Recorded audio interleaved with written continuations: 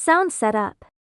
Please check before setting the sound. If the original vehicle has fiber optic cable, please remove it from the original connector to the new one. AUX audio output mode.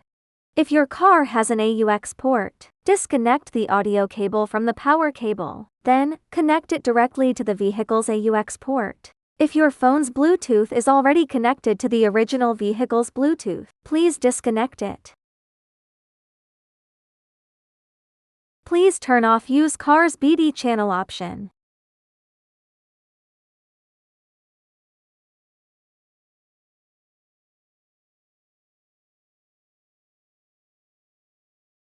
Please return to the OEM's media page. Please select AUX in the audio option and ensure that the player volume is not at its minimum.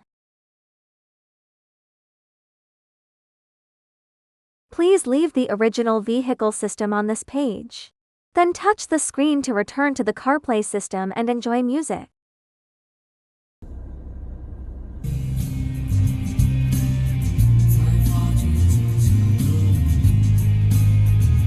调一下音乐这种，再调大一点。Troubleshooting.